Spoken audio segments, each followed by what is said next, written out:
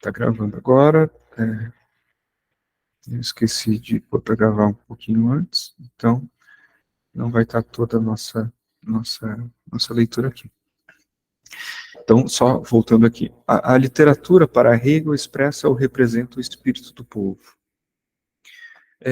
Bruno, pode falar. Não sei, eu tenho uma questão aqui, assim, pensando nessa classificação que o Alfredo trouxe do Hegel, né, sobre o individualismo. E aí eu estava pensando assim no modelo de subjetividade moderna, né, que é um modelo assim que de 40 anos para cá foi definido por alguns autores como um modelo de subjetividade neoliberal, né? E como que isso se enquadraria no Hegel, né? Porque eu lembrei de um exemplo do Friedman, né? Até mesmo um dos expoentes do neoliberalismo, que ele dá um exemplo assim, né, de individualismo, assim, classificando como individualismo, né? Ele vai numa palestra, né? E aí, chegando nessa palestra, ele verifica que ele não tem lugar para estacionar o carro. E aí ele pensa, eu posso estacionar num lugar proibido, ou eu posso ficar rodando aqui e correr o risco de perder a minha palestra e estacionar depois. E aí ele conclui que é melhor ele estacionar o carro no lugar proibido e assumir o risco de tomar uma multa do que ficar ali, se enquadrar nas leis de trânsito e estacionar no lugar permitido. Ou seja, o sujeito ali, ele é alguém que vai fazer um mero cálculo de custo e benefício. Né? Não tem um cálculo assim, eu não sei, e aí, onde que isso entraria no sentido de uma individualidade? Seria esse do gozo imediato, de um prazer e de uma necessidade imediata? Porque o sujeito parece que está formulado dessa forma, né? É um mero cálculo de custo e benefício, né? Que é o individualismo, talvez, aí dentro do neoliberalismo, assim. Como que isso se enquadra, né? Sim, o Gilberto quer falar? Fale, Gilberto. Bom dia a todos. Interessante a pergunta do Bruno Ragazzi, porque pode, então, deixar bem claro qual é a originalidade do recorte posto por Hegel, que foi explicitado pela exposição no começo, que é a ideia de que o espírito não se refere a um indivíduo ou uma mente do sujeito singular, mas é algo supraindividual. E o raciocínio do Milton Friedman, ele organiza a apresentação do problema do ponto de vista dos interesses de uma individualidade centrada do ponto de vista daquela mônada, da coisa-pessoa. A história do pensamento ocidental pode ser composta nesse contraponto entre o interesse privado e o supraindividual. E toda a história que o Hegel está contando, da saída da imediateidade na construção do indivíduo moderno, é a história de uma passagem que remonta lá na Grécia Antiga. A gente pode pegar o caso de Antígona, por exemplo, em que você tem uma conexão entre o individual e o universal que é imediata, sem a mediação de algum conhecimento produzido pelo sujeito. Quando surge essa mediação, você tem a ruptura apontada lá no argumento que foi lido agora há pouco.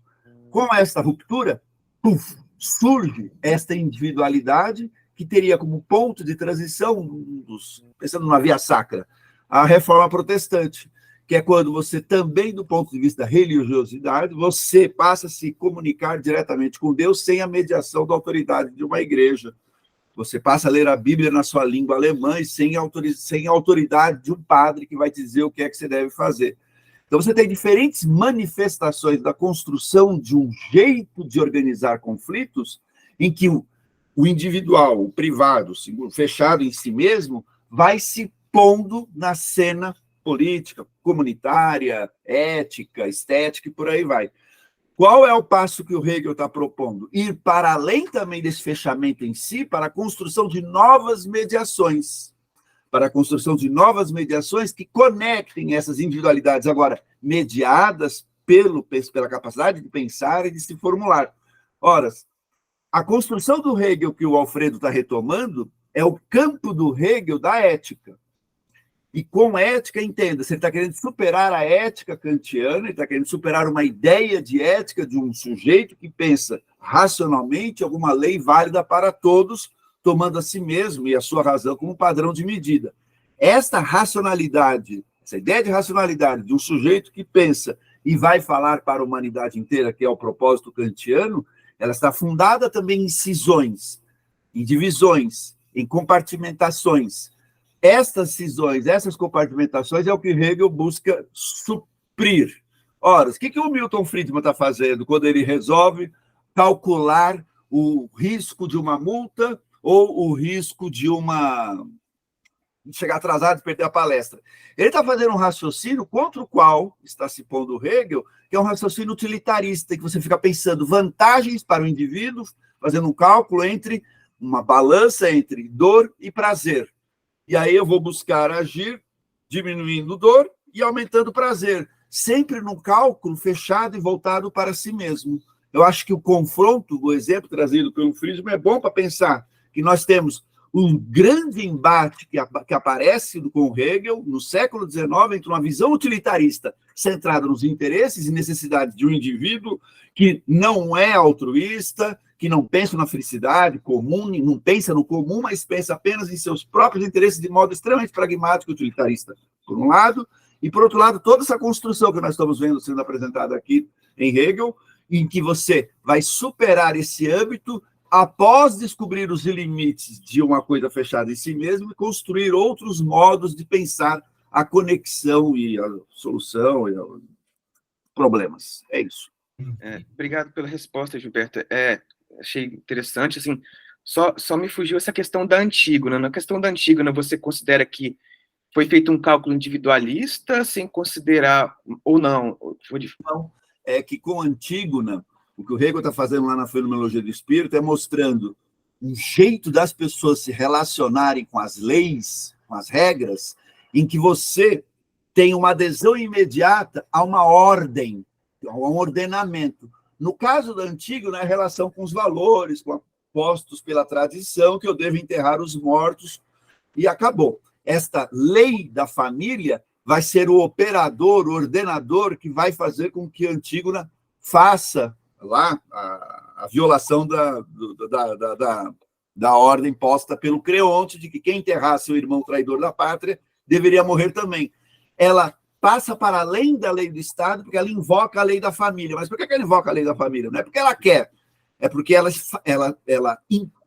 e com isso o Hegel está mostrando o quê? Que nós temos ali uma espécie de ambivalência. Você tem duas leis que valem igualmente com a mesma força. A lei do Estado, representada pelo Creonte, e a lei da família, ou a lei da tradição, representada pelas ações de Antígona. Elas se chocam. Como você não tem uma superação e a busca de uma unificação ou uma síntese, nesse choque ambos se autodestroem. Ela morre e o outro fica louco. Ou se mata, não lembro o que acontece com o Creonte. Obrigado. Sim, interessante, Beto. De fato, no final, Creonte ele sofre os efeitos, né, assim, dos prejuízos dos deuses, né, que ele vai ter, né, as consequências, né. De fato, é uma história bastante interessante. Ali é uma briga entre unilateralidades. Ambas são verdades, só que você tem que buscar uma superação disso. No caso da superação disso, acabou resultando na destruição da Grécia clássica e entra em cena Roma e o cristianismo. Sim, sim. Então, acho que o Gilberto traz isso, né, essa concepção bastante interessante dessa demarcação histórica, principalmente com a criação de um sujeito moderno, né, e a gente pode ver desde a da questão dos liberais clássicos, né, como que isso se apresenta com os contratualistas, desde o Leviatã já começa uma questão, principalmente a partir do momento onde, né, a gente vai ver que os regentes começam a sofrer, né, são depostos e tudo mais, mas de fato o que o Gilberto traz dá para fazer um rastreamento, inclusive, a partir da tradição clássica grega, né, e a gente pode fazer uma leitura bastante interessante, né, e principalmente fazer essa contraposição à questão do utilitarismo. Espero que tenha sido, para mim foi bastante rico. Obrigado, Gilberto. Eu vi que teve gente mais que comentou alguma coisa. Eu acho que, deixa eu tentar olhar aqui o chat. Deixa eu olhar aqui. Vamos voltar. Nossa, bastante gente escreveu. Bom dia, bom dia, bom dia. O Wanderson falou pensamento canário dele. Agora não deve ter ficado num tempo da fala que eu não consigo mais. A Gabriela falou para o Gilberto criar um grupo de estudo sobre Hegel. Ok, eu acho que basicamente é isso, nada de um comentário muito específico. Então vamos continuar.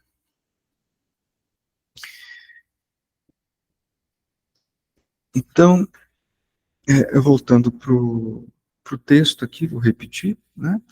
O parágrafo: a literatura para Hegel expressa ou representa o espírito do povo. Portanto, ele fornecerá exemplos retirados dela, que ilustram e realizam os três tipos de individualismo moderno. Para o prazer e a necessidade, ou seja, para a posição do desejo do gozo imediato, o exemplo de Hegel é o Fausto de Goethe, né? Para o segundo caso, que inclui a lei do coração e o delírio de presunção, o exemplo de Hegel é a personagem de Calmont, retirada de Os Bandidos de Schiller, não sei se pronuncia, que era muito popular em sua época. Lacan propõe o exemplo equivalente para a cultura francesa. Se para os alemães o diagnóstico de Hegel é exemplificado por Moore, de Os Bandidos, para os franceses o equivalente é o personagem Alceste de O Misantropo, né, de Molière. Como veremos mais adiante, o ponto de vista da psicanálise, o exemplo proposto por Lacan, é mais preciso.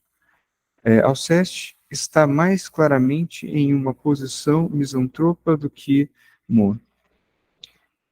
Para a virtude em revolta contra o curso do mundo, o exemplo é Dom Quixote de La Mancha, de Cervantes.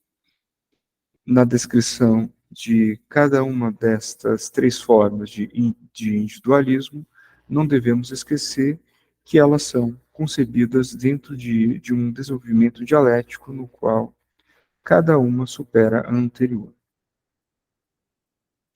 Então, eu acho que aqui só para sublinhar de novo o ponto que o Alfredo está trazendo nessa articulação entre loucura, entre a individualidade, a ideia moderna de individualidade, né, e que se contrapõe, né, ao que o Hegel vai pensar nessa dialética, né, entre o indivíduo, o espírito de um povo, né, e a demarcação com a loucura, né.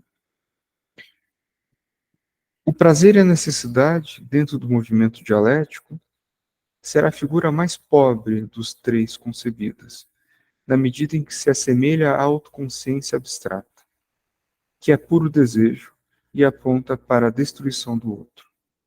Esta dialética remete à dominação e à servidão, à luta até a morte pelo mero prestígio, onde o mundo já não é a natureza, mas a ordem humana. Mas prazer e necessidade superam a luta até a morte pelo mero prestígio, já que o prazer que essa individualidade tenta encontrar é, antes de tudo, o prazer de se encontrar com outra individualidade. Essa individualidade do gozo implica uma busca de prazer sem reflexão. Despreza o entendimento e a ciência, como se diz de Fausto. Para Hegel, o característico dessa subjetividade é o desejo e o gozo. O motor é o desejo e o que se busca como meta é o gozo, motivo pelo qual ela a domina. Prazer e necessidade. Esse amor sensual implica que, necessariamente, o prazer dessa individualidade é o prazer de encontrar outra individualidade, embora não alcance o universal. Por isso, está tão próximo da dialética do senhor e do escravo. Fausto, em sua posição, busca apenas acessar gozosamente outra individualidade, Margarida, mas sem reflexão.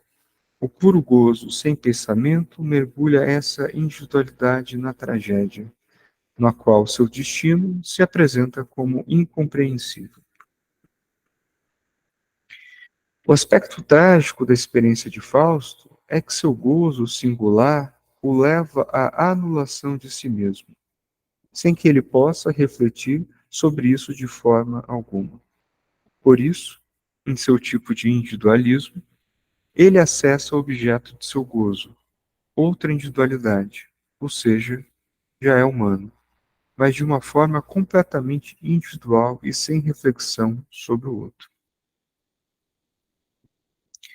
Dando um passo além das vias de reflexão hegeliana, é interessante destacar que se o gozo, o hedonismo puro, é levado para a esfera do sexual sem reflexão ou pensamento, uma vez que os filhos implicam a morte dos pais, o destino mortal e a autodestruição se apresentam como necessários e incompreensíveis, assim a sexualidade e a morte são articuladas de uma forma próximas a encontradas nas obras de Freud e de Lacan.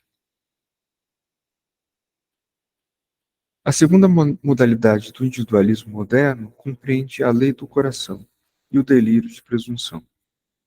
Nessa figura da consciência, o universal está presente, mas imediatamente vinculado ao desejo. Por isso é chamado de lei do coração, em cuja denominação o termo lei implica o universal. Se a lei funciona para um, funciona para todos. E, portanto, é mais rica do que a anterior.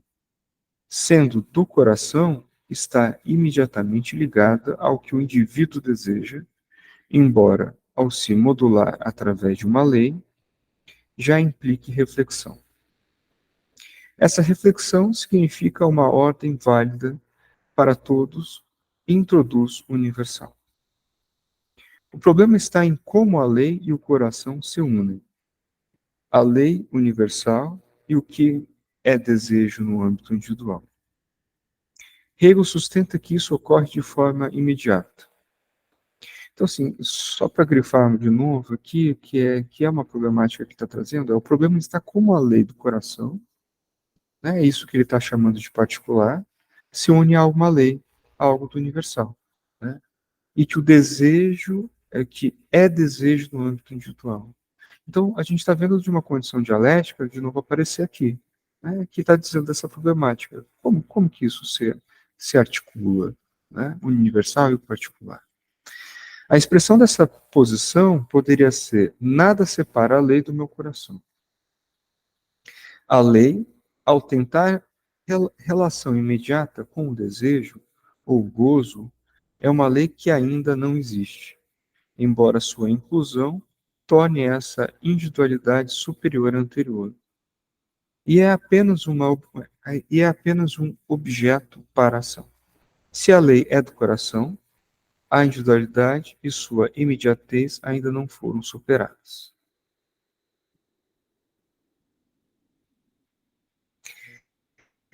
A noção de lei assimila, o Anderson falou alguma coisa, a loucura, essa aqui é a fala do Wanderson, a loucura como ruptura e destruição do outro, para o Hegel, sem mediação.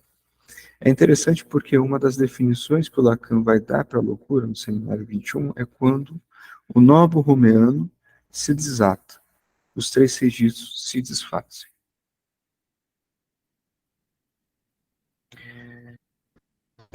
Um exemplo dessa posição é a lógica implícita na expressão o primeiro impulso é sempre bom, que também é frequentemente expressa da seguinte forma: o que importa é a primeira intenção.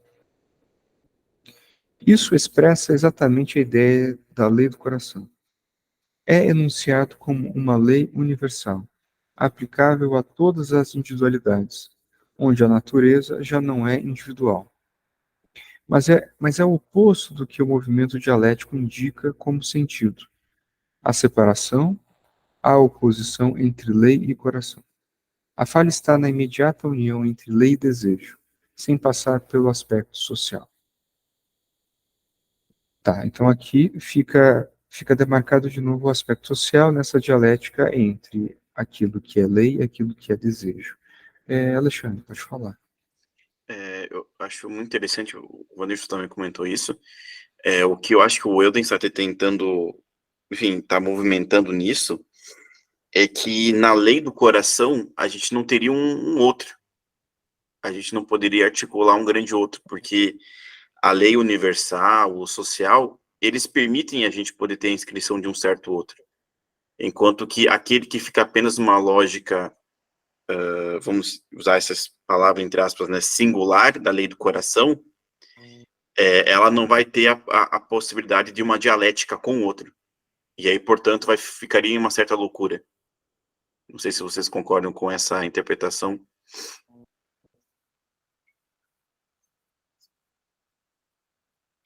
Então, pensando nisso, né, obviamente a gente está falando de Hegel, mas se a gente for pensar em Lacan, né, pelo menos nesses pressupostos básicos, eu acho que o que você falou é bastante interessante, mas não sei, tentando reformular o que você disse, pensando na lógica de Lacan, né, porque basicamente você está dizendo assim, tá, como é que a loucura se estabelece a partir disso, né, a partir dessa lei do coração, né, e você traz a ideia do outro, né, do grande outro, né, não que o grande outro não esteja inscrito, né, mas como que de alguma forma esse grande outro não opera, ou se pressupõe que não opera, né? Porque de alguma maneira o que Hegel, pelo menos na minha leitura bastante rasa, ele está dizendo que não há como, né? De alguma forma, quando ele diz que o particular realiza o universal e vice-versa, ele está dizendo, olha, não tem como, né? Não tem como sair disso, né? Eu acho que mais para frente vai apontar é como que se dá a loucura pressupor que dá, né? E como que a nível de localização, né, partindo de Lacan, dessa localização do sujeito, como que isso, quais são os efeitos disso, né? Enfim, talvez um hegeliano não discorde de mim, mas lendo a partir de Lacan isso, né? A essa individualidade estão associados três termos a serem diferenciados. Então, até o momento, o que o Alfredo está trazendo é a loucura enquanto um fenômeno, enquanto um diagnóstico da individualidade, né, que Hegel faz, né? Então, vamos ver de novo os três termos da individualidade: a lei do coração, a alma bela e o declínio, aliás, o delírio de presunção. A alma bela entra no argumento quando se trata da excelência da própria essência. Então, assim, é difícil, né? Eu acho que o Gilberto até pode ter, né? Eu acho que quem se aventura mais, eu não sou um profissional da filosofia, mas quem se aventura mais à leitura da filosofia começa a travar um pouquinho, porque, pelo menos para mim, eu paro e falo, tá, qual o conceito de essência aqui que está sendo trabalhado, né? Então, a gente vai parando, né? Qual que é o conceito de sujeito, qual que é o conceito, qual que é a demarcação filosófica, porque, enfim, há toda uma história na filosofia a respeito desses conceitos, né? Mas, enfim, me veio agora isso. Então, sim? Só, como você falou que teve dificuldade com a tradução, é consolidado em português a forma bela alma. Bela alma. E a bela alma, sabe aquela pessoa que sabe bem, assim, virtuosa, que quer fazer a coisa certinha? Seria o normopata da Maria Rita Kell, que ela trabalha, que é a pessoa que naquela ocasião ela sabe direitinho como é que é, e ela vai ser, porque ela é pura, porque ela é ingênua, ela não é realista, ela não avalia aquilo que acho que foi o Alexandre agora há pouco, inclusive, estava lembrando, olha, parece que não tem um outro instaurado aí. Para a bela alma é mais ou menos isso mesmo. Ela sabe qual é o melhor para fazer naquela situação e acabou, vai ser daquele jeito e ela não avalia nada. Então, por exemplo, suponhamos uma situação hipotética, eu sou um presidente de uma frente popular e tenho que prestar conta para várias forças políticas, mas na minha pauta, que eu sou uma bela alma, tem que ser mulher, negra, canhota, vesga, judaica, comunica, cristã e por aí vai. Esta é a bela alma, ela tem uma verdade e acabou. Fim, não negocia. É isso. Uhum. Gilberto, você sabe como é que está comumente utilizado o conceito de porque no Alfredo, se eu não me engano, é delírio de... É isso mesmo, é delírio de presunção, lei da presunção, é isso. Em português está usando delírio de presunção mesmo, né? Então tá. Porque eu fiz uma rápida pesquisa, mas eu não tinha certeza se era exatamente esse termo. Então, a bela alma entra no argumento quando se trata da excelência da própria essência. A bela alma será a visão moral do mundo correspondente à lei do coração, que observará que, ao realizar a lei do coração, experimenta-se o mesmo fracasso que sofre o desejo singular, quando busca apenas seu próprio prazer. Aqui a expressão é mais concreta e mais rica, embora também fracasse. Fracassa porque sua dialética implica uma contradição. Ao realizar a lei do coração, torna-se consciente da oposição inevitável com a lei dos outros corações. O raciocínio seria o seguinte: se devo impor a lei do meu coração no espírito social, devo fazê-lo porque percebo que as coisas não estão ordenadas como deveriam. Se as coisas não funcionam como deveriam, a lei do meu coração implica que devo me opor à lei dos outros corações. Estou imerso em uma série de operações que são minhas e não minhas ao mesmo tempo. Ao postular que a lei que me governa é a do meu coração, inevitavelmente crio oposição com a sociedade como um todo, apesar dos outros. Isso é meu, é consequência do meu ato, mas não é meu porque percebo que me retorna como lei do coração dos outros. Uma oposição é criada ao fundamentar a posição na lei do coração. E é por isso que se obtém um retorno que será estranho, embora seja consequência da própria ação. Eu acho que nesse trecho, né, como o Gilberto pôde exemplificar, e que é muito comum, principalmente quando a gente percebe né, os movimentos políticos atuais, né, com a retórica a respeito, né, da corrupção, de que, né, está errado e tem que ser antipolítico, né, contra a política, né, tem que ser algo técnico. Né?